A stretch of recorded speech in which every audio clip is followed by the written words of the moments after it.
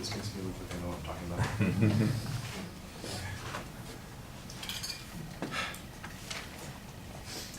Life is precious, and we all want to live a meaningful and fulfilling long rest of our days. But oftentimes that choice is not put into our own hands. It's put into someone else is making that choice for us or for another person. Now this is the issue in the case of abortion, where a child's life is taken before it is even born, and it's an innocent life that hasn't done anything wrong. Sadly, abortion is legal in all 50 states, and this just makes this choice of anti-life an easy temptation for those who are struggling with this issue, because it is a struggle. And I believe that it is wrong, but it should not be illegal. We should take action in order to make this topic, this issue less necessary for certain circumstances. Now I need to talk to you guys about how life is valuable, and how I'm going to show you what the supporters of abortion, some of the things they think and believe, and I will show you what we need to do about this. Now firstly, I need to tell you that life has intrinsic value. Now, intrinsic value is when something has value in it of itself. Things like happiness and joy. You get those things, but you don't use happiness and joy to get anything else. That's when something has intrinsic value. As for money, that has instrumental value.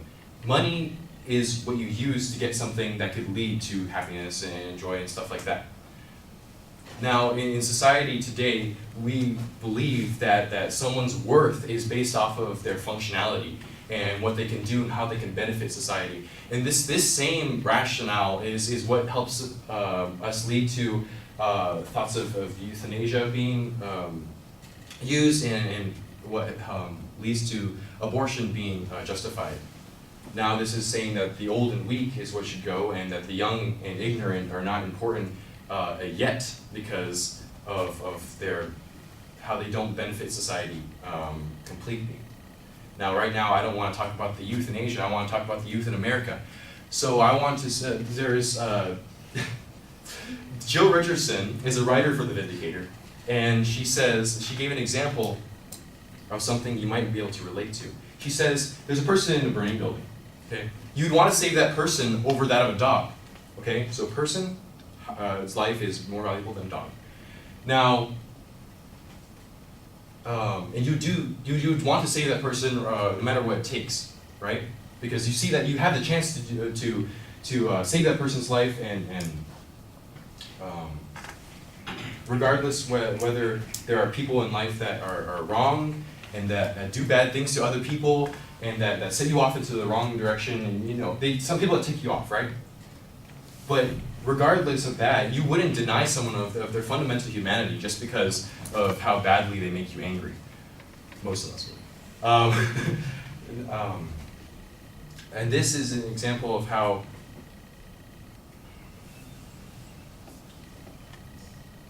that a person's experience is not what we should judge someone off of, or what we naturally judge someone off of, or what we should naturally judge someone off of, but rather that their life is important, because experience and how beneficial they are to society, regardless what they do or not, if their life is in danger, that's something that needs to be valued and cherished and preserved. Now, secondly, I want to talk about some things that the people who support abortion may think. Now, according to Sharo Deba, she's an assistant professor at the Iranian Institute of Philosophy, and she gave a view of the proponents of abortion. She says that according to the proponents, they believe that they are not allowed to consider an embryo of 4 weeks as a human, and that as it reaches 5 weeks and 6 weeks, there is no ontological change, a drastic ontological change, which means like physicality and cellular makeup. They said it's just the same intricate complex of cells as it develops. So basically, since conception, it starts to develop and there's no change.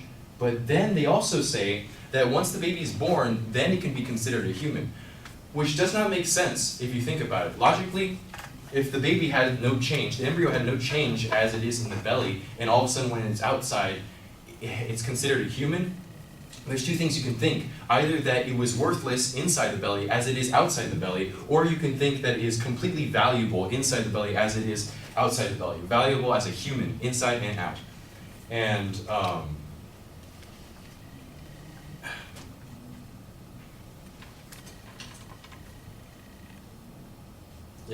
it's completely valuable. The other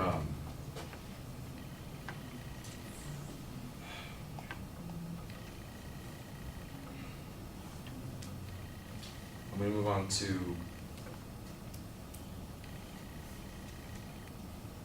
completely blanking.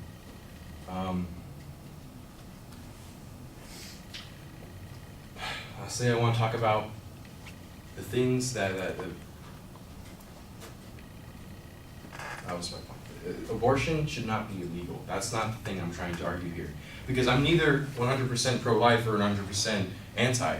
It's that this procedure can be used for good. That's the thing. I think it's Jessica Aarons. She's a legal policy associate of the Women's Health Project.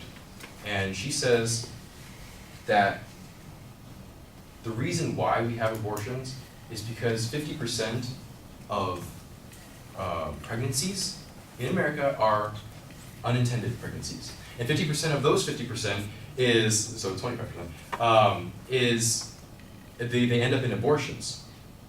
So what's happening here is if we want to lower the amount of abortions that are happening, we have to start at the source, and the source is those unintended pregnancies. Now, the things that we can do, or that should be done in order to lessen this need for this procedure, this medical procedure, is that we need to have correct sexual education in both either having abstinence from sex or contraception. Contraception is basically safe sex.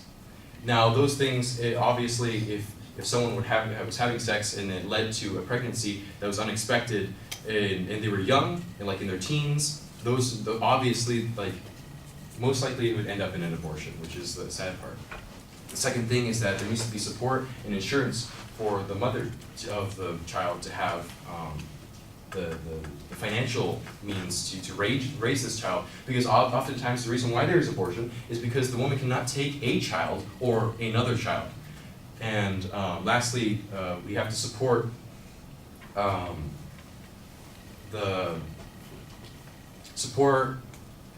sexual abuse and domestic violence projects that support these women as in defense of them and during the hard times. The reason why this practice should not be illegal is because in certain medical emergencies, it can be needed. So there is a problem called eclampsia, I believe, and it's a pregnancy complication in which the mother can start having seizures due to some kind of problem during pregnancy, and this is both life-threatening to the mother and the child, because if the mother dies, so does the baby, but if the baby dies or is taken, then the mother can survive. So in this situation, you'll be saving the most life. That's why this practice should not be abolished. It should be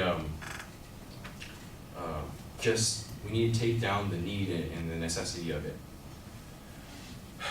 All things considered, I hope you now understand my view, and that you would join me in celebrating life, and there is a right way to practice this, because no innocent life should be taking the fall for someone else's crime or someone else's mistake. And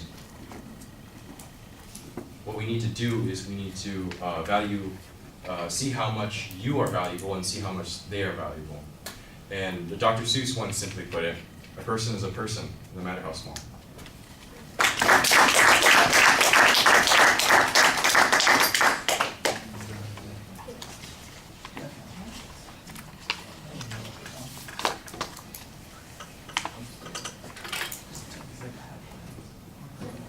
So Aaron, some thoughts?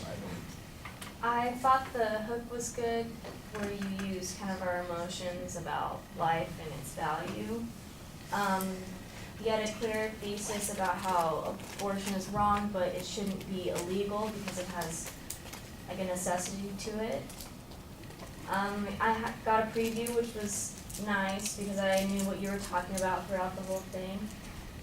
You didn't have that many sources. I saw one sort of statistic about who, like, the statistic of 50% of pregnancies are unwanted, and then 25% of those unwanted pregnancies result in abortion. So I think you need more about that and more sources about just proven that people who have more knowledge about sex and how to prevent babies don't result in pregnancies. I thought your voice was very powerful and the volume was good.